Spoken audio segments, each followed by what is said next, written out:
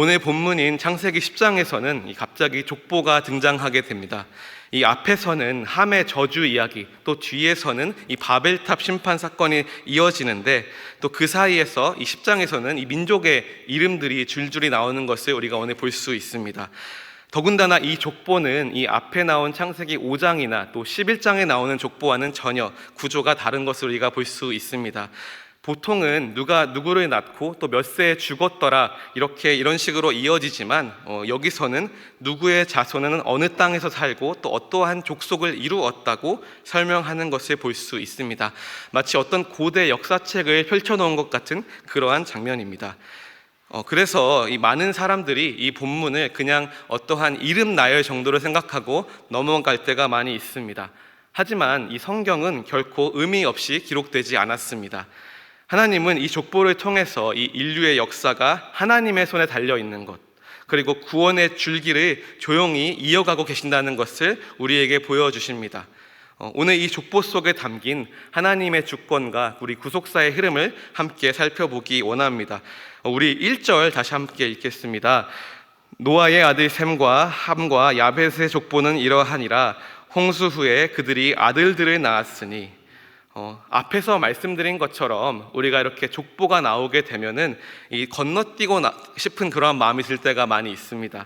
왜냐하면 계속해서 이러한 생소한 이름들이 나오고 그 안에 어떠한 뜻이 들어있는지 정확히 알기 어렵기 때문입니다. 하지만 우리가 알아야 될 것은 하나님이 필요 없는 것을 이 성경에 적으신 것은 단 한 군데도 없다는 것입니다. 오늘 본문 역시 이 하나님께서 분명한 의도를 가지고 기록하신 그러한 말씀입니다. 10장은 이 홍수 이후에 이 노아의 세 아들로부터 인류가 어떻게 흩어졌는지를 보여주고 있습니다. 어떻게 보면 마치 한 장의 지도를 펼쳐놓은 것 같은 그러한 모습을 볼 수 있는 것입니다. 이것은 단순히 이 노아의 가족의 개인적인 그러한 계보가 아니라 인류가 어디서부터 시작해서 또 어디로 퍼져나갔는지를 보여주는 그러한 하나님의 섭리의 지도인 것입니다. 우리가 1절에 보면 우리에게 익숙한 순서인 그러한 셈, 함, 야벳 이렇게 순서로 이름이 나오는 것을 볼 수 있습니다. 하지만 우리가 오늘 말씀을 보면 알 수 있는 것이 이 족보의 기록은 야벳, 함, 셈 이 순서로 이어지는 것을 볼 수 있습니다. 이것은 이 하나님께서 이 단순히 출생의 순서로 그것에 따라서 이 성경을 기록하신 것이 아니라 오늘은 지리적인 확산과 또 구속사적인 그 강조를 의도하셨다는 것을 우리가 볼 수 있게 해주는 것입니다. 먼저 야벳과 함의 자손들을 서술하고 또 마지막에 셈의 계보를 강조함으로써 이 하나님의 구원의 줄기가 어디에서 이어지고 있는지를 하나님께서 분명하게 하신 것입니다.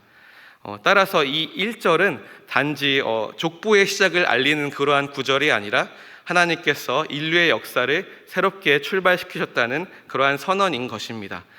그리고 그 새 출발은 단순히 생육하고 번성하는 그러한 인간의 계획이 아니라 또 하나님의 뜻 아래서 이루어진 그러한 역사인 것을 보여주는 말씀입니다.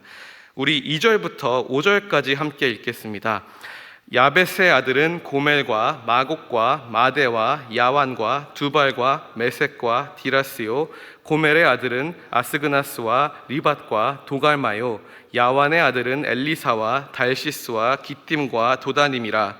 이들로부터 여러 나라 백성으로 나뉘어서 각기 언어와 종족과 나라대로 바닷가의 땅에 머물렀더라. 이 2절부터 5절까지는 야벳의 후손들에 대한 이야기입니다. 이 야벳의 자손들은 나중에 유럽, 소아시아, 러시아 등지로 퍼져나간 이 인도 유럽 민족의 조상들로 알려져 있습니다. 여기서 특히 주목해야 할 것은 5절입니다. 이 9절은 이 본문에서 3번 반복이 되는데 5절 또 20절 또 31절 모두 각기 언어와 족속과 지방과 나라대라는 그러한 표현이 등장하는 것을 우리가 볼 수 있습니다. 이것은 어떠한 단순한 반복이 아닙니다. 하나님께서 언어, 또 문화, 그리고 민족의 다양성까지도 이 주도적으로 계획하셨다는 것을 보여주는 부분인 것입니다. 우리는 세상을 보면 이 민족이 다르고 또 언어가 달라서 또 서로 대립하고 또 분열된 것처럼 보일 때가 많이 있습니다. 하지만 하나님은 이 모든 다양성조차도 이 창조의 질서의 일부로 만드셨고 또 의도적으로 이들을 흩으시고 또 배치하셨던 것입니다. 또한 이 다양성은 우리가 알고 있는 단지 바벨탑의 심판의 결과뿐만은 아닙니다. 하나님은 애초부터 인류가 이 땅에 흩어져서 또 각기 다른 언어와 또 문화 속에서 다른 모습으로 하나님의 형상을 드러내며 살도록 계획하셨습니다. 그래서 오늘 본문은 이 바벨탑 사건보다 먼저 등장하고 있습니다. 이는 이 바벨탑 심판이 하나님의 의도를 되돌리는 그러한 심판이 아니라 인간의 교만을 꺾고 또 오히려 하나님의 계획의 도구로 사용하는 것이었음을 보여주는 것입니다. 하나님은 민족과 또 시대와 문화를 초월하여서 그분의 구속사를 한 걸음씩 이끌어가고 계시는 그러한 구원자이십니다. 우리가 사는 세상에는 다양한 민족과 또 문화와 언어가 존재합니다. 어떤 때는 그 차이들이 또 갈등과 분열로 느껴질 때도 있습니다. 하지만 하나님은 우리가 본 것처럼 이 다양성조차도 모두 다 계획하고 계셨고 또 그 모든 민족을 하나님의 그리스도 안에서 또 하나 되게 하는 그러한 구원의 이야기를 지금도 써가고 계시는 것입니다. 오늘 본문은 그 시작을 보여주는 말씀입니다. 우리 6절부터 12절까지 함께 읽겠습니다. 함의 아들은 구스와 미스라임과 붓과 가나안이요 구스의 아들은 스바와 하윌라와 삽다와 라마와 삽드가요 라마의 아들은 스바와 드단이며 구스가 또 니므롯을 낳았으니 그는 세상의 첫 용사라. 그가 여호와 앞에서 용감한 사냥꾼이 되었으므로 속담에 이르기를 아무는 여호와 앞에 니므롯같이 용감한 사냥꾼이로다 하더라. 그의 나라는 시날 땅의 바벨과 에렉과 악각과 갈레에서 시작되었으며 그가 그 땅에서 아수르로 나아가 니느웨와 르호보들과 갈라와 및 니느웨와 갈라 사이에 레센을 건설하였으니 이는 큰 성읍이라. 우리 이 부분에서는 이 느아의 둘째 아들인 이 아들 함의 자손들에 대한 계보가 나오는 것을 우리가 볼 수 있습니다. 이 함의 후손들은 단순한 사람의 이름들이 아닙니다. 이들은 이 역사 전체에서 반복적으로 등장하면서 이 갈등을 일으키는 그러한 세력들입니다. 여기에는 구스, 미스라임, 가나안 또 니므롯이 등장하는 것을 우리가 볼 수 있습니다. 그 중에서도 이 니므롯은 성경에서 특히 주목을 받는 그러한 인물입니다. 세상의 첫 용사로 불리고 또 강력한 지도자이며 또 사냥꾼이자 또 이 제국의 창시자로 등장합니다. 하지만 니므롯이라는 이 이름은 반역하다라는 뜻에서 유래하는 것을 우리가 알 수 있습니다. 그가 세운 도시는 또 바벨, 니느웨와 아시리아로 모두 하나님의 백성을 공격하고 또 멸망시키는 또 이 세속 제국의 상징이 되는 것을 우리가 알고 있습니다. 그리고 그 중에서 이 바벨은 바로 다음 장인 11장인 이 바벨탑 사건의 무대가 되는 곳입니다. 사람들이 우리가 이름을 내자, 우리가 흩어짐을 면하자고 말하면서 하나님의 뜻을 거슬렀던 그 중심에 이 니므롯의 도시 바벨이 있습니다. 함의 자손들은 단지 과거 민족들의 조상이 아니라 이 이스라엘을 괴롭혔었던 애굽, 블레셋, 가나안 또 아시리안의 뿌리입니다. 이 족보는 어떠한 단순한 계보가 아니라 하나님의 구속 역사 속에서 앞으로 일어나게 될 그러한 영적 전쟁을 미리 보여주는 장면인 것입니다. 그러나 우리가 알아야 될 것은 그 안에서도 하나님은 역사를 주관하고 계시다는 것입니다. 결국 하나님은 자신의 백성이 이 싸움에서 이기고 또 구속사를 계속 이어가도록 이끌어 가십니다. 우리의 삶도 마찬가지인 것 같습니다.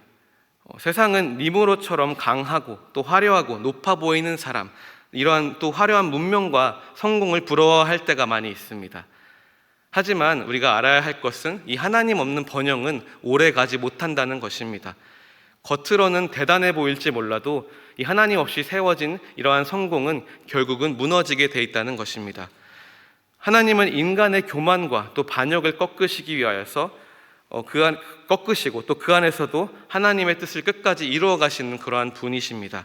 그리고 그 하나님의 손길은 지금도 우리의 삶을 다스리고 계십니다. 우리 21절부터 25절까지 함께 읽겠습니다. 셈은 에벨 온 자손의 조상이요 아벳의 형이라. 그에게도 자녀가 출생하였으니 셈의 아들은 엘람과 아스루와 아르박삭과 룻과 아람이요 아람의 아들은 우스와 훌과 게델과 맞으며 아르박삿은 셀라를 낳고 셀라는 에벨을 낳았으며 에벨은 두 아들을 낳고 하나의 이름을 벨렉이라 하였으니 그때 세상이 나뉘었으며 벨렉의 아우의 이름은 욕단이며. 이 부분에서는 이제 셈의 자손들에 대한 기록이 나오고 있습니다. 셈의 후손들은 이 앞에서 나온 야벳이나 또 어떠한 함의 후손들처럼 땅을 넓게 가지거나 또 화려한 제국이나 이름난 영웅은 낳은 것처럼 보이지 않습니다. 그래서 어떻게 보면 특별한 사건이 없이 그냥 흘러가는 것처럼, 그냥 지나가는 것처럼 그렇게 보일 수 있습니다. 하지만 하나님은 이 조용한 흐름 가운데서 하나님의 구속사의 줄기를 이끌어가고 계셨습니다. 이 본문에서는 에벨과 벨렉이라는 인물이 등장합니다. 이 에벨은 나중에 히브리라는 이름이 나오는 뿌리가 되는 인물이었습니다. 또 벨렉은 그때의 세상이 나뉘었다라는 이름의 뜻을 가지고 있습니다. 이는 바벨탑 사건과 그 인류의 흩어짐을 암시하면서 하나님이 이러한 분산의 이러한 흩어짐을 이미 주권적으로 계획하고 계셨다는 것을 보여줍니다. 그래서 이 계보는 단순한 민족의 계보가 아니라 믿음의 계보, 또 곧 아브라함, 다윗, 또 예수 그리스도로 이어지는 하나님 구속사 중심의 줄기를 말해주는 것입니다. 세상은 강한 자, 또 눈에 띄는 자를 기억합니다. 하지만 하나님은 이 조용한 이름 속에서도 신실하게 일하고 계십니다. 우리가 세상이 주목하지 않다고 할지라도 하나님은 그 흐름을 통해서 그분의 뜻을 이어가고 계신 것입니다. 우리의 삶도 이와 같을 수 있습니다. 우리가 우리의 삶을 봤을 때 우리가 다른 사람들보다 느리게 가고 있는 것 같고 또 크게 이룬 것이 없는 것처럼 그렇게 보일 수도 있습니다. 하지만 하나님은 지금도 또 작고 평범한 자리에서 또 신실하게 살아가는 자들을 이용하여서 역사하고 계십니다. 우리의 속도나 또 우리의 규모보다 더 중요한 것은 우리가 하나님의 뜻에 있는가, 또 그분의 흐름 속에 우리가 서 있는가입니다. 지금 나의 자리가 또 작고 또 의미 없어 보일지라도 하나님은 그 자리 안에서 일하고 계십니다. 오늘 우리가 함께 본 창세기 10장은 겉으로 보면 단순히 이름의 나열 또 민족의 흩어짐처럼 보일 수 있습니다. 하지만 그 안에는 분명한 하나님의 인도하심과 또 계획하심이 있었습니다. 야벳의 후손은 땅끝까지 퍼졌고 또 함의 후손은 이러한 제국들과 도시를 세웠으며 셈의 후손은 조용히 그러나 정확하게 구속사의 줄기를 이어가고 있었습니다. 어떠한 이름은 눈에 띄고 또 어떠한 이름은 조용히 지나갔지만 하나님께 중요한 것은 겉으로 크고 빠르게 보이는 인생이 아니라 하나님의 흐름 안에, 하나님 안에서 흐름 안에 붙어 있는 삶인 것입니다. 말씀을 맺겠습니다. 한 화가가 그림을 그리고 있었습니다. 이 사람들은 이 어떤 그림을 그리는지를 구경하고 있었습니다. 어느 정도 시간이 지나갔지만 화가는 여전히 어떤 아무런 의미 없는 선들만 그리고 있는 것처럼 보였습니다. 어느 정도 시간이 지나도 어떤 형상이 나타나지 않고 마치 계속해서 낙서를 하는 것처럼 마치 보였습니다. 계속해서 기다리다가 이 인내심이 떨어진 사람들은 도대체 뭘 하는 것이냐고 비아냥거리기도 하고 또 자리를 떠나기까지 하였습니다. 마침내 그림을 다 그린 화가는 이제 붓질을 멈췄습니다.